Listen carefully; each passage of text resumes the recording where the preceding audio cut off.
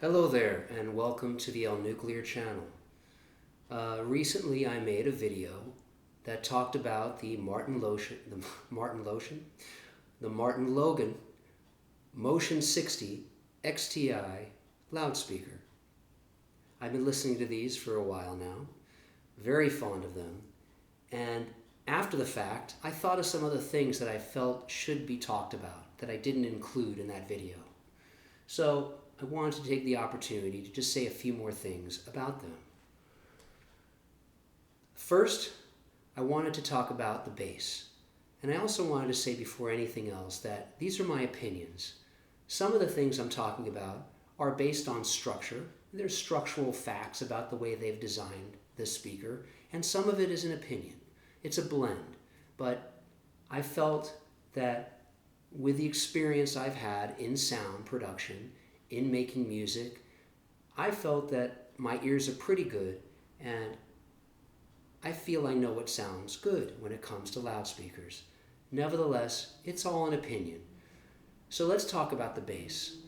When I first received these speakers, I was overwhelmed by the size, the 8-inch bass cone, the fact that there are two, also rear ported, there are two rear ports in each speaker. I was like, wow, that's a lot. That's a lot of material there. I wonder if the bass is going to be overwhelming. Well, most of that was fear, because once I really listened, I realized that the bass was very well controlled, that it wasn't overwhelming. It was actually very well balanced. And the blend with the mid-range and the highs was excellent. How do they do this? Well, let's talk more about what I did to get them to sound the way I felt sounded really good. I'm not a sound engineer. I cannot tell you with total assurance how they achieve these things. I just know what I hear. So let's focus on that. One thing I do know with experience now is that with certain modern equipment, such as preamplifiers that have tone controls, it's very different than the older traditional tone control where you had a little toggle switch where you could adjust treble and bass very, very, very slightly if you wanted to. These seem to really affect many, many frequencies in your sound picture when you adjust treble or bass. I don't think it's a good idea necessarily when you have a really well-designed speaker to mess around with the tone controls, because you're going to affect the intent of the music, the way it was recorded and mastered. These speakers were built to achieve that representation accurately. So stay away from the tone controls if you can, because it's not as delicate. It really does affect everything, not just a little bit of bass. It affects a lot, and not in a good way necessarily. At least this is what my ears have told me.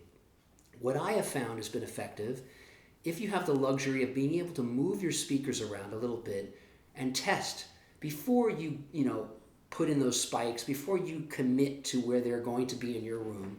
You want to listen and move them around and tune your room for the speakers. This is what I did. I tuned them gradually, moving, playing with position until I found a sweet spot, a place where they sounded to be as well balanced as I could make them. A few key things. Every room is different. You definitely want to keep your speaker at least a foot away from the wall, especially with two rear ports. You want to make sure that you're not on that wall. Not everyone can take the speaker 3 feet away from the back wall. It's just not feasible in many rooms. I was able to get it a little bit, maybe a foot and a half, and that seemed to do the trick.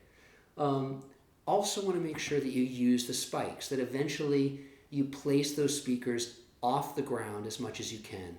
The spikes work very well. I'd recommend, if you have wood floors, to get the little pads, the metal pads that go underneath the spike so you don't damage your floor. And that also allows you to move the speaker, by lifting, and you can shift the speaker a little bit without damage if you have those pads underneath.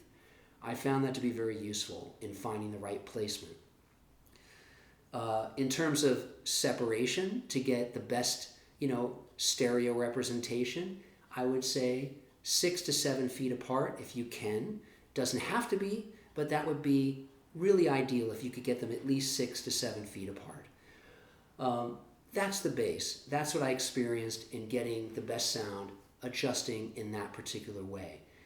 I also wanted to focus on another aspect of the sound picture, which is the tweeter, the folded motion tweeter. This design, very different from a capsule tweeter in that it seems to fan you with sound. The way it's designed, it is almost like a fan, like a fan that retracts. You know those Japanese fans that you pull them out and you put them back together. It almost felt the design is similar in that it is that kind of a, as its name, folded motion. It has this characteristic that the sound is not necessarily coming to you in a stream. It's coming to you almost as if it's a fan of sound, a wave of sound. So it's almost like this as opposed to this. And what that does is when you're sitting in your room and you're listening to these speakers, you don't necessarily have to be placed perfectly in front of them where your ear is in line with the, right at the mid-range or right at the top of the tweeter. It's not so dependent on that. I think it gives you more flexibility of placement. These speakers are 4 feet high. That motion tweeter sits very high up in that cabinet, and that is by design. To further that, philosophically, I think, for instance, some speaker companies like Bowers & Wilkins, on their higher-end speakers, the tweeter sits in its own enclosure on top of the cabinet, which creates more separation, which is desirable when it comes to creating good sound.